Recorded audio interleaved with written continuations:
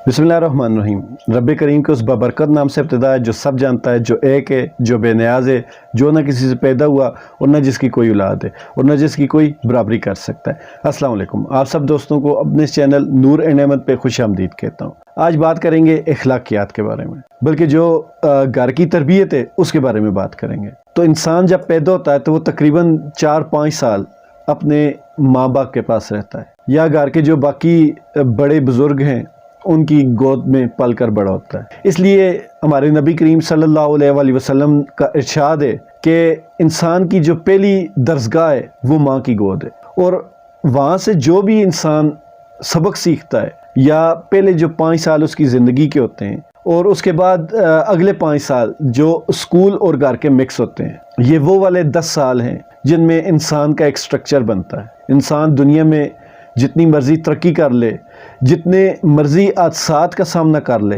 वो इंसान जो उसकी 10 साल की परवरिश है वो कभी भी नहीं भूलता। उसके हर अमल से, चाहे वो बहुत ज़्यादा दौलतमंद हो गया, उसने बहुत ज़्यादा दौलत कमा ली, या वो बहुत ज़्यादा गरीब हो गया और बहुत ज़्यादा उसने हादसे देखे, उसने ज़िंदगी में मुसीबतें उठाईं, दोनों सूरतों में उसकी जो पहली 10 साल की तरबियत है वो नज़र आती। बदकिस्मती से पाकिस्तान में, ये मैं पहले भी बहुत सारी वीडियोस में ये बात करता रहा हूँ कि पाकिस्तान में जो घर की तरबियत है उससे टोटली हम लोग लापरवाह हो गए। शहरी तबका जो है वो फिर थोड़ा बहुत बच्चों को वक्त देता है, लेकिन मैं समझता हूँ कि जो इस्लाम हमें हुक्म देता है, जिस तरह बच्चों की तरबियत करने का कहता है, उस हिसाब से हम 1% भी अपने बच्चों की तरबियत नहीं करते। आजकल के दौर में तो कोई चीज़ मुश्किल है नहीं। आप मोबाइल निकालें, किसी भी मसले का हल पूछना हो तो आप इन इस्लामी असूलों के मुताबिक किसी भी मसले का हल पूछ सकते हैं और आपको जवाब इन इस्लामी असूलों के तहत मिलेगा।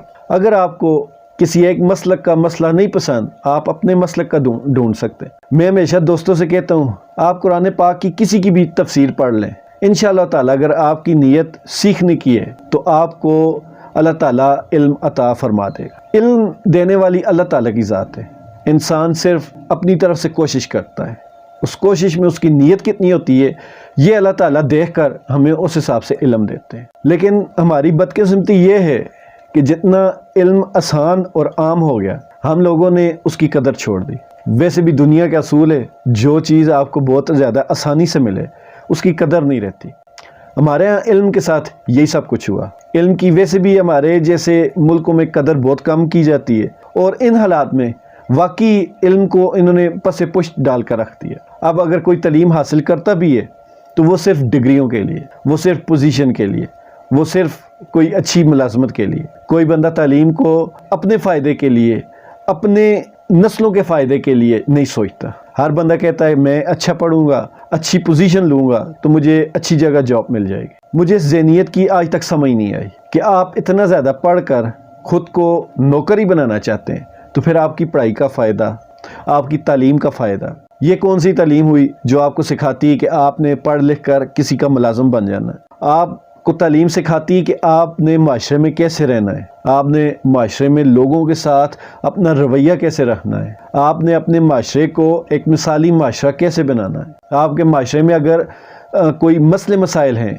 या कोई घर या कोई फ़र्द तकलीफ़ में है तो उसको तकलीफ़ से कैसे बचाना है। तालीम हमें यह सिखाती है कि न सिर्फ आपने अपना सोचना है, बल्कि आपने अपने इर्द गिर्द, अपनी फैमिली, अपने दोस्त, अपने गली मोहल्ले के लोगों का भी भला सोचना है। ये अनपढ़ और तालीम याफ्ता लोगों के बीच का बुनियादी फ़र्क है। लेकिन अफसोस, जितनी भी चीज़ें, ये बातें मैंने गिनवाई, आजकल तालीम याफ्ता होने के बावजूद लोगों में ये सारी बुराइयां कूट कूट कर भरी हुई हैं। लोग कहीं झगड़ा करते हैं, अच्छा खासा एक दूसरे को गालियां दे रहे होते हैं और साथ में ये कह रहे होते हैं कि मैंने फ़लाँ डिग्री की, मैंने फ़लाँ डिग्री की। कई दफ़ा ऐसे इत्तफाक हुआ, आप लोगों को भी इत्तफाक हुआ होगा कि लोग झगड़े में अपनी तालीम का रोब जड़ते हैं। तो उसका मतलब ये हुआ कि तालीम हमने एक स्टेटस सिंबल समझ लिया, एक रुतबे का ज़रिया समझ लिया।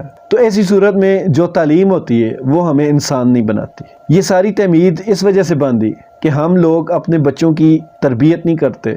और सबसे बड़ी जो बात है वो ये है कि आजकल हम लोग अपने बच्चों को अपने मुल्क से मोहब्बत नहीं सिखाते। हमारे बच्चों में, और अक्सर आजकल के हमारे जो बड़े बुज़ुर्ग हैं, अक्सर लोगों में, उनमें भी पाकिस्तानियत नहीं है। ہر بندہ صرف یہ سوچتا ہے کہ میں صرف اپنے گھر کا ذمہ دار ہوں، حالانکہ آپ جس ملک میں رہتے ہیں آپ کا پورا فرض ہے اس ملک کا بھی خیال رکھا جائے۔ لیکن کیا کریں، آج کل ان چیزوں کو کوئی بھی سیریس نہیں لیتا، کسی کو اس چیز سے کوئی مطلب نہیں کہ ہمارے بچے پاکستان سے محبت کرتے ہیں یا نہیں کرتے، کسی کو اس چیز سے کوئی مطلب نہیں کہ پاکستان کے لیے ہمیں کیا کرنا چاہیے، کسی کو یہ علم نہیں کہ پاکستان ہمیں کیسے حاصل ہوا۔ اور اگر یہ ساری چیزیں کسی انسان کو، کسی بچے کو نہیں معلوم تو پھر ظاہری بات ہے اس نے اس ملک کی قدر نہیں کرنی۔ جب آپ کسی ملک کی قدر نہیں کرتے تو پھر آپ خود اپنی بھی عزت نہیں کر پاتے۔ جب آپ اپنے ملک کو عزت دیں گے تو تب پھر آپ خود اپنی عزت بھی کریں گے۔ اس کی وجہ یہ ہے کہ ہمارا ملک ہے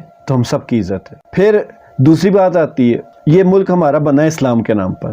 جب یہ ملک اسلام کے نام پر بنا ہے تو اس حساب سے ہمیں اس ملک کی اور زیادہ قدر کرنی چاہیے، کیونکہ دنیا میں یہ پہلا ملک ہے جو اسلام کے نام پر بنا ہے۔ اس کا جو منشور تھا وہ یہی تھا کہ ہم مسلمان ہیں، اس لیے ہم علیحدہ ملک حاصل کریں گے جس میں ہمیں اپنی عبادات کرنے میں آسانی ہو، کوئی رکاوٹ نہ ہو، ہمیں اپنے آپ کو اسلام کے اصولوں کے عین مطابق زندگی بسر کرنے کا موقع ملے۔ تو یہ ہمارا پاکستان حاصل کرنے کا بنیادی نقطہ تھا جو اب دور کہیں زمین کی تہوں میں دفن ہو چکا ہے۔ آج کل ہماری جو نئی نسل ہے ان پہ نہ ماں باپ کا کنٹرول ہے، نہ اساتذہ کا کنٹرول ہے، وہ ایسی خودرو جھاڑی کی طرح نسل ہماری بڑھ رہی ہے۔ اور میں سوچتا ہوں کہ اگلے 10 سے 15 سال کے بعد جب اس نسل کے ہاتھ میں اس ملک کا کنٹرول ہوگا یا اس ملک کے اداروں کا کنٹرول ہوگا یا کسی بھی شعبے میں ان کا کنٹرول ہوگا تو وہ کتنا افراتفری اور بے سکونی پھیلائیں گے۔ ہمارے معاشرے میں جس طرح تعلیم و تربیت